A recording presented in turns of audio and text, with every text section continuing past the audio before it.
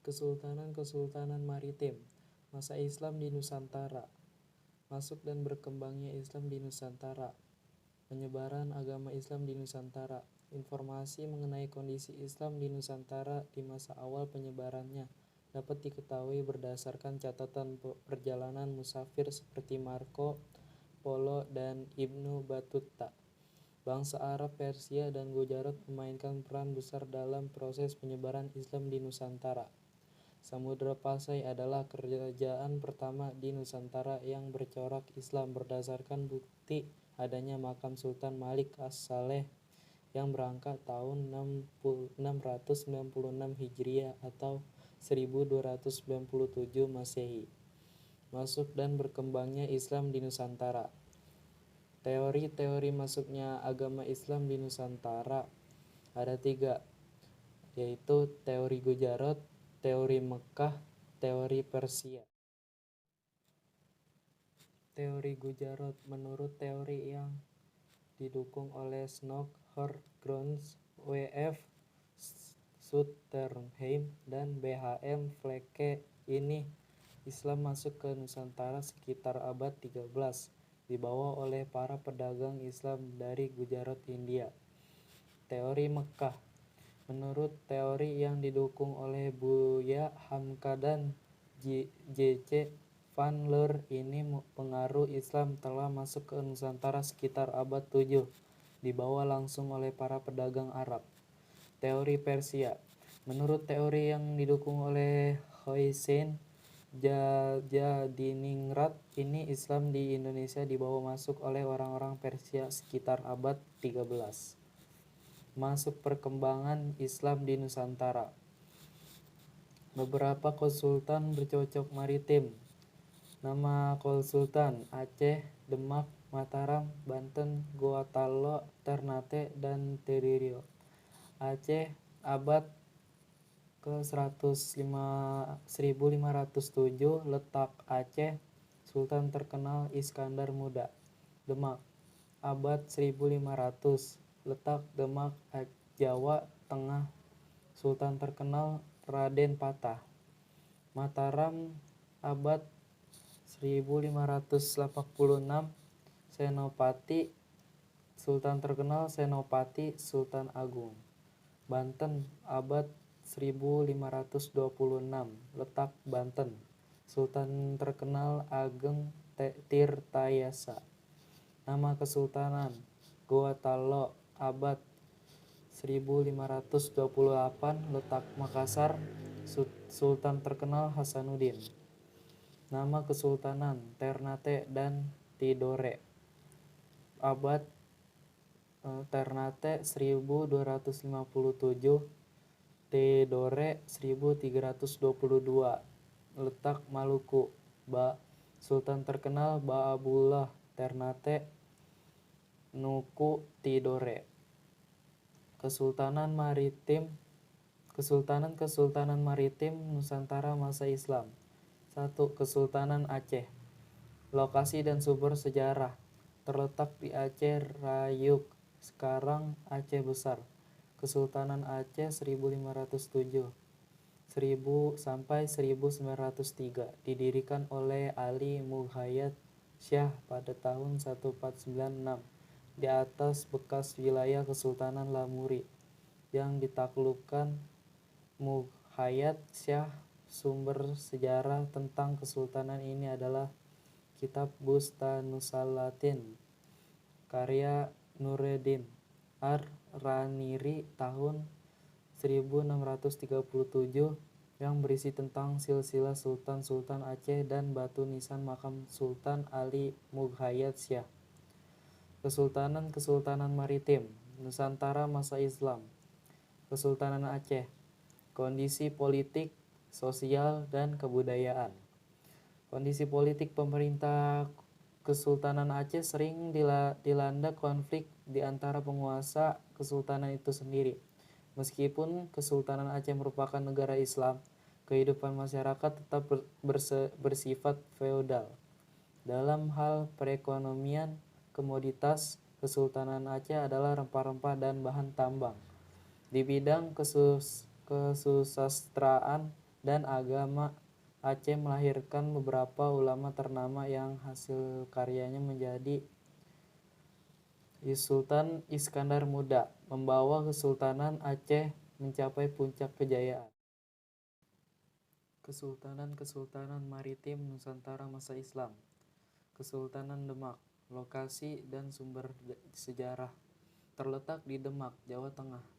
Kesultanan Demak 1500 sampai 1568 merupakan kesultanan Islam pertama di pantai utara Jawa. Sebelum menjadi kesultanan, Demak merupakan kadipaten dari kerajaan Majapahit dengan Raden Patah sebagai adipatinya sejak 1478. Raden Patah jugalah perintis sekaligus peletak dasar kesultanan ini sejak tahun 1478 itu. Kesultanan ini merupakan pelopor penyebaran agama Islam di Jawa dan Nusantara umumnya. Kesultanan Maritim Nusantara masa Islam. Kesultanan Demak, kondisi politik, sosial, ekonomi, dan kebudayaan. Demak mencapai puncak kejayaan pada masa Sultan Trenggana 1521 sampai 1546. Trenggana berjasa atas penyebaran Islam di wilayah kekuasaannya sebagai Jawa Timur dan Jawa Barat serta seluruh Jawa Tengah. Masyarakat Demak menjalankan kehidupannya dengan berpedoman pada ajaran Islam. Kaum ulama menempati posisi terhormat dalam masyarakat dan pemerintah kerajaan Demak. Demak merupakan kesultanan yang sangat makmur. Pertaniannya menghasilkan beras yang berlimpah. Raden Patah juga dikenal sebagai orang yang mencintai kesenian terutama wayang. Kesultanan Maritim Nusantara masa Islam. Lokasi dan sumber sejarah terletak wilayah barat Pulau Jawa sampai ke Lampung di Sumatera. Kesultanan Banten menjadi urat nadi pelayaran dan perdagangan yang melalui Samudra Hindia. Sumber sejarah. Wahantem Girang dalam naskah cerita Parahyang, Pak Medanggili dalam Tombo Tulang Bawang dan Primbon Baya. Kesultanan Maritim Nusantara masa Islam. Kesultanan Banten, kondisi politik, sosial, ekonomi, dan kebudayaan. Banten mencapai kejayaan di bawah pemerintah Sultan Ageng Tirtayasa. Banten semakin mengembangkan perdagangan dengan melakukan monopoli di atas lada di Lampung.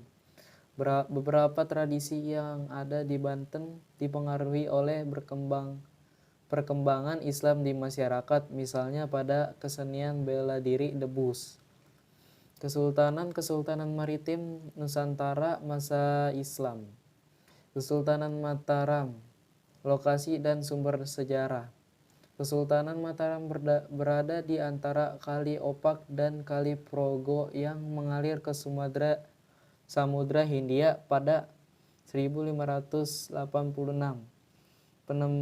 Penembahan Senopati memindahkan pusat pemerintah dari Pajang ke Mataram. Kesultanan Mataram Islam tidak ada hubungan dengan Kesultanan Mataram Hindu, kebetulan saja memakai nama yang sama. Kesultanan Maritim Nusantara masa Islam. Kesultanan Mataram, kondisi politik, sosial, ekonomi, dan kebudayaan. Pada tahun 1625, hampir seluruh Jawa berada di bawah kekuasaan Mataram. Struktur masyarakat terbagi menjadi golongan raja, golongan elit, golongan non-elit, dan hamba sahaya. Kegiatan perekonomian yang diterapkan Sultan Agung bercorak agraris dan maritim. Pada masa pemerintah Sultan Agung, ia dikenal sebagai seorang ahli politik, sastra, filsafat, Jawa, serta agama. Sultan Agung membawa Mataram mencapai puncak kejayaan. Kesultanan Maritim Nusantara masa Islam. Kesultanan Mataram, lokasi dan sumber sejarah. Letak Sultan Ternate secara geografi berada di Kepulauan Maluku antara Sulawesi dan Papua. Letak tersebut sangat strategis dan penting dalam dunia perdagangan masa itu. Nara Lamo, gerbang Istana Sultan Ternate di tahun 1930-an. Kesultanan Maritim Nusantara masa Islam. Kesultanan Mataram, kondisi politik, sosial, ekonomi, dan kebudayaan. Kesultanan Ternate mengalami kemajuan baik di bidang politik, ekonomi, dan perdagangan pada masa Sultan Hairun. Kehidupan ekonomi Kesultanan Ternate didukung oleh hasil bumi utamanya, yaitu rempah-rempah serta kegiatan perdagangan dan pelayaran yang maju.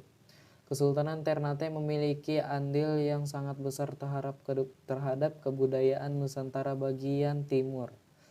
Kesultanan Maritim Nusantara masa Islam.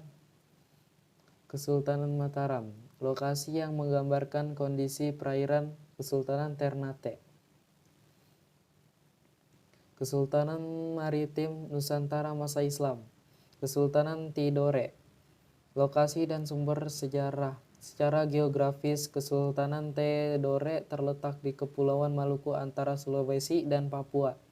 Menurut sejarawan Belanda F.S.A. de Klerk, pada 1334 Tidore dipimpin oleh seseorang yang bernama Hasan Syah.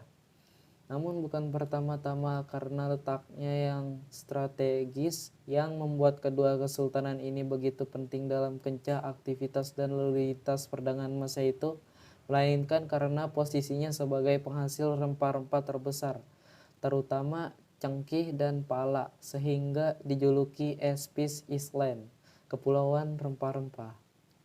Kesultanan Maritim Nusantara masa Islam. Kesultanan Tidore. Tidore merupakan kesultanan yang berada di wilayah bagian timur Nusantara dan merupakan hasil rempah-rempah di dunia.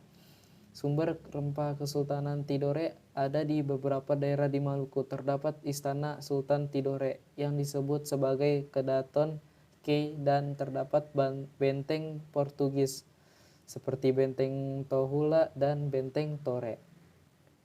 Kesultanan Maritim Nusantara masa Islam. Kesultanan Goa Talo.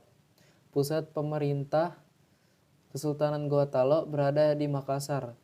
Kesultanan Goa dan Talo sering disebut sebagai Kesultanan Makassar. Wilayah kesultanan ini sekarang berada di bawah Kabupaten Goa dan sekitarnya. Kesultanan Maritim Nusantara masa Islam.